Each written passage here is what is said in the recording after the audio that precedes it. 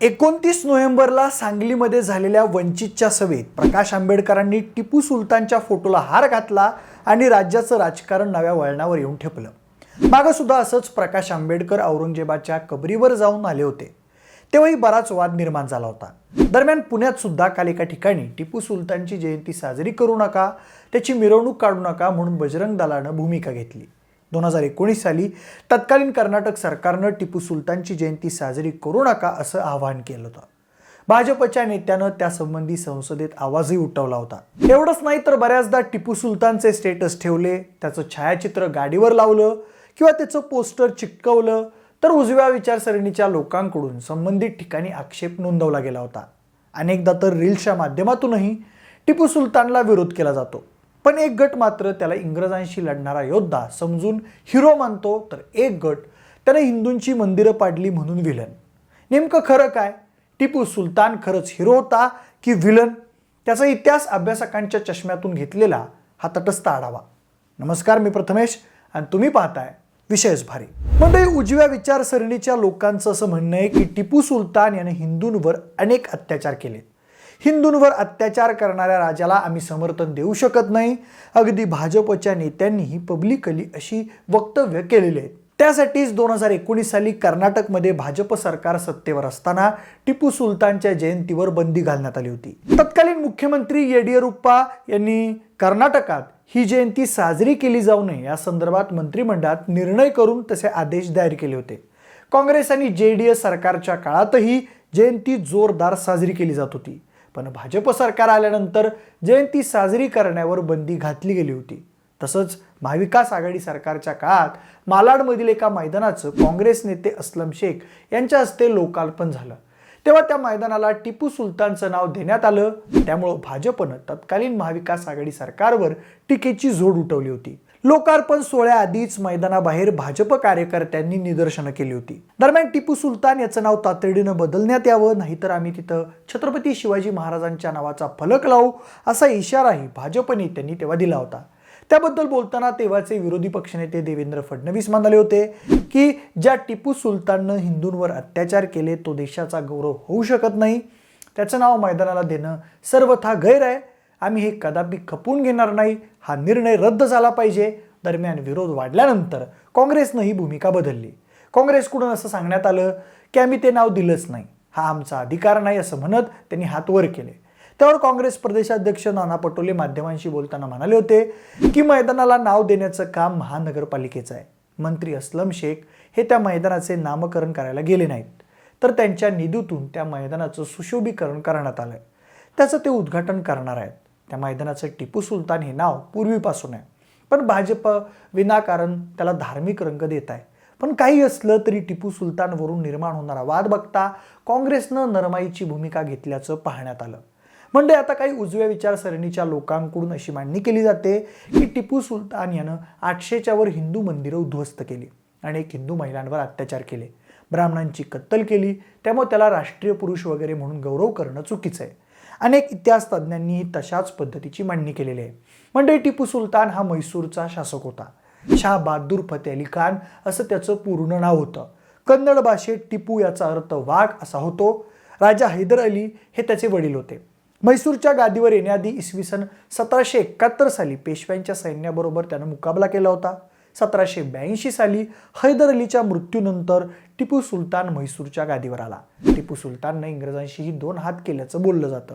तसंच त्याच्याकडे वैज्ञानिक दृष्टिकोन होता आणि त्याच्या जोरावर त्यानं बनवलेल्या मिसाईलच्या आधारे त्याने एका युद्धात इंग्रजांना माघार घ्यायला लावली होती असं सांगितलं जातं।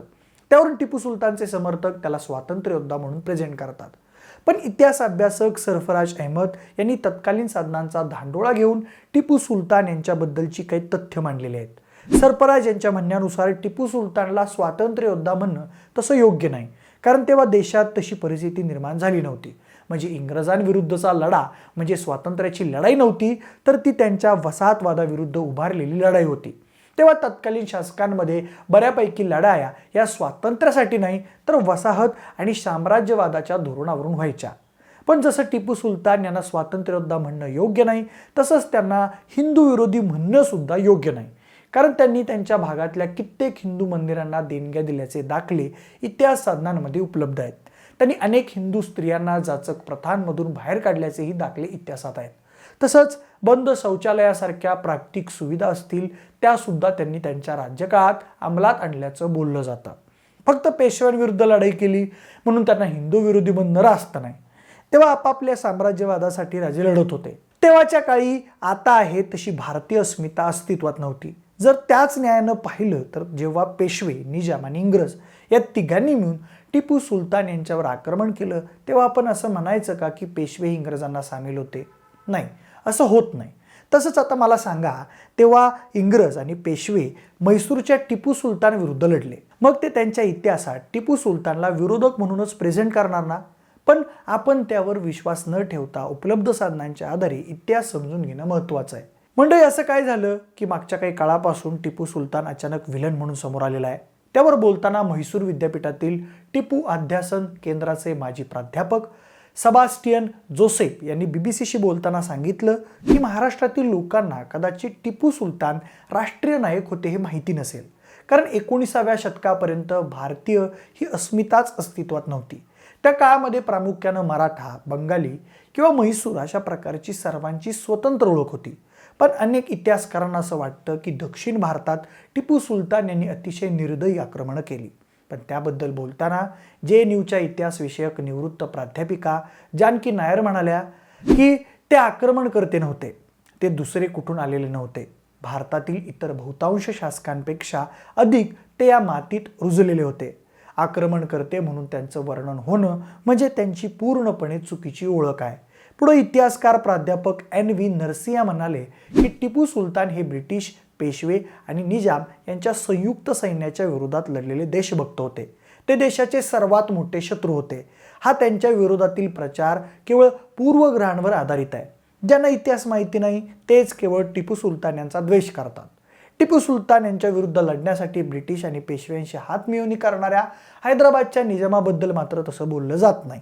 त्यांनी त्यासाठी शृंगेरी मठाचं उदाहरण दिलं. त्या मठाच्या स्वामींना पेशवा रघुनाथराव पटवर्धन यांच्या हल्ल्यापासून वाचण्यासाठी करकाला इथं पळून जावं लागलं होतं. पेशव्यांच्या सैनिकांनी मंदिरावर छापा टाकला, तेथील सर्व दागिने घेतले आणि देवाची विटंबना केली, असं NV नरसिंहा म्हणाले. पेशव्यांच्या सैन्यानं लुटल्यानंतर टिपू सुलतान यांनी पुन्हा मंदिरातलं सर्व काही पूर्ववत केलं. त्यांनी आपल्या राज्यातील लोकांना आशीर्वाद द्यावे अशी विनंती करणारी अनेक पत्रही धार्मिक नेत्यांना लिहिली. इतर अनेक मंदिरांमध्येही त्यांनी तशी कामं केली. त्यात नंजुंडेश्वर मंदिराचा समावेश होता. हकीम नंजुंदा यांच्यावर डोळ्यावर या ठिकाणी उपचार झाले होते म्हणून त्यांनी याचं तसं वर्णन केलं, असं प्राध्यापक नरसिंहा म्हणाले. टिपू सुलतान यांनी मेलकोट, कोल्लूर, मुकांबिका या मंदिरांसह इतर मंदिरांना संरक्षण दिलं. याच्या नोंदी सरकारी दस्तऐवजांमध्येही उपलब्ध आहेत, असं त्यांचं म्हणणं आहे. युद्धांचा विचार करता मराठेही मागे नव्हते. मराठा बंगालला पोचले होते, त्याच्या आठवणी भीतीदायक आहेत.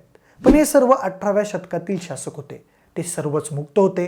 पण सध्या भूतकाळाचा वापर हा इतिहास समजून घेण्यासाठी न करता पूर्वग्रह निर्माण करण्यासाठी केला जात आहे, असं प्राध्यापिका नायर म्हणाल्या.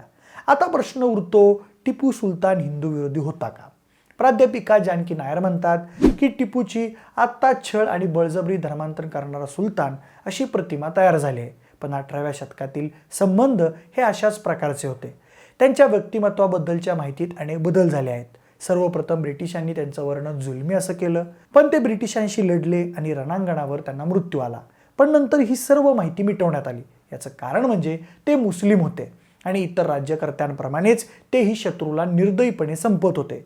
शिवाय आकडेवारी वाढवून सांगितली जात असली तरी त्यांनी धर्मांतरही करायला लावलं होतं. पण हिंदू बहुल असलेल्या देशात मोठ्या प्रमाणावर धर्मांतर करून त्यांना राज्य चालवता आलं नसतं, असंही नायर म्हणाल्या. उलट टिपू सुलतान याच्या सैन्यात 6 वेगवेगळ्या तुकड्या होत्या. त्याच्या सैन्यात मराठा आणि राजपूत यांच्याही 2 तुकड्या होत्या. त्यांनी वेगवेगळ्या समाजांमध्ये भेद न करता सर्वांना समान मोबदला दिला, असं प्राध्यापिका नायर यांनी मत व्यक्त केलं. त्या पुढे म्हणाल्या की 1960 ते 70च्या दशकात बरेच इतिहासकार टिपू सुलतान यांच्या आर्थिक, कृषीविषयक विकास कार्यक्रम आणि रेशीम उद्योग याचा अभ्यास करत होते. ते प्रचंड नाविन्यपूर्ण होतं. टिपू सुलतानच्या काळात जमीन थेट शेतकऱ्याला भाडे तत्वावर दिली जात होती. वंश परंपरागत पद्धतीनं ती दिली जात होती आणि सर्वांना जमीन मिळायची. पण मलबारमध्ये त्यात अपयश आलं, कारण मोठ्या जमीनदारांची वेगळी पद्धत होती. टिपू सुलतान यांच्यानंतर ब्रिटिशांनीही टिपू सुलतान याचं कृषी धोरण स्वीकारलं आणि रयतवारी पद्धत सुरू केली. लॉर्ड कॉर्नवालिस यांची जमीनदारी पद्धत म्हैसूरमध्ये टिकली नाही, कारण टिपू सुलतान यांनी तिथं वेगळी पद्धत आधीच विकसित केली होती. प्राध्यापिका नायर यांच्या मते 1980च्या अखेरीस टिपू सुलतान यांच्या विरोधात संतापाची लाट उसळण्यास सुरुवात झाली. प्रामुख्यानं 2 प्रकारच्या कथा समोर आल्या. त्यातली एक म्हणजे तथाकथित धर्मांतराची आणि कन्नड भाषेला प्रोत्साहन न देण्याची. मंदिराची नासधूस हा देखील मुद्दा होता. हे संपूर्ण संमिश्र असं चित्र आहे, कारण त्यांनी मंदिरांना मदत केल्याचे अनेक पुरावे आहेत. अगदी उजव्या विचारसरणीचे इतिहासकार म्हणून ओळखले जाणारे सूर्यकांत कामत यांनीही त्यांच्या ऐतिहासिक लिखाणामध्ये टिपू सुलतान यांना योग्य स्थान दिलं आहे. पण गेल्या 2 दशकात बरंच काही बदललं आहे, असंही जानकी नायर सांगतात. पण मग नेमकं काय बदललंय? तर इतिहासकारांच्या मते गेल्या काही दशकात झालेल्या संशोधनानुसार नेमका इतिहास आणि लोकांचा सार्वजनिक समज यात स्पष्टपणे विसंगती आली. टिपू सुलतान यांचं व्यक्तिमत्व संमिश्र प्रकारचं आणि गुंतागुंतीचं आहे. दुर्दैवानं ऐतिहासिक दृष्टिकोनातून त्यांच्याबद्दल चांगल्या बाबी सांगणं म्हणजे देशाच्या विरोधातील आहे, असा दृष्टिकोन निर्माण होत असल्याच्या परिस्थितीत आपण सध्या आहोत. मात्र त्याच वेळी नासाकडे टिपू सुलतान याचं एक छायाचित्र आहे, कारण रॉकेट क्षेत्रात त्यांनी मोलाचं काम केलं असून ते जे तंत्रज्ञान विकसित करत होते तेच नंतर ब्रिटिशांनी चोरलं, असं जानकी नायर यांनी सांगितलं. त्या पुढे म्हणाल्या, माझ्या मते टिपू सुलतान हे सध्या मुस्लिमांच्या विचारांना विरोध करण्याचं प्रतीक बनले आहेत, तर दुसरीकडं मुस्लिम हे टिपू सुलतानला अभिमानाचं प्रतीक मानू लागले आहेत. अशी दुहेरी अवस्था सध्या भारतात असल्याचं त्या बोलल्या. त्यावर प्राध्यापक सेबास्टियन जोसेफ म्हणतात, नवीन राजकीय परिस्थितीत टिपू सुलतान देशाचे नायक आहेत या प्रतिमेवर परिणाम झालाय. भारतीय स्वातंत्र्य लढ्याच्या नव्या नायकांच्या प्रतिमांची निर्मिती करण्यासाठी हे जाणीवपूर्वक केलं जात असून हा खऱ्या राष्ट्रीय नायकांना खाली खेचण्याचा प्रयत्न आहे.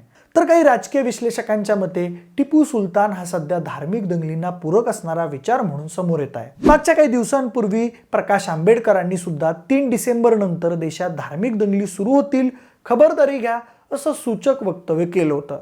आता त्यावरून भाजपच्या नारायण राणेंनी प्रकाश आंबेडकरांना अटक करा म्हणून मागणी केली आहे. म्हणजे येत्या काळात हे टिपू सुलतान प्रकरण राजकीय उलटापालतीचं कारण ठरताना दिसणार, असंच चित्र आता देशात आहे. पण तुमचं नेमकं याबद्दल मत काय? सध्या टिपू सुलतानवरून जो काही वाद देशभरात पेटवला जातोय त्यामागे कुणाचा हात असू शकतो? कोणत्या इतिहासकारांनी टिपू सुलतानबाबत केलेली मांडणी खरी आहे? तो हिंदू विरोधी होता ही का तो स्वातंत्र्य योद्धा होता ही? तुमचा दृष्टिकोन काय सांगतो? टिपू सुलतान हिरो होता की विलन? तुमचं मत आम्हाला कमेंट करून नक्की सांगा. जर हा व्हिडिओ आवडला असेल तर लाईक आणि शेअर करा. सोबतच आपल्या विशेष वारी या यूट्यूब चॅनलला देखील सबस्क्राईब करा. आणि जर हा व्हिडिओ तुम्ही फेसबुकवर पाहत असाल तर तिथंही आम्हाला फॉलो करायला अजिबात विसरू नका. धन्यवाद.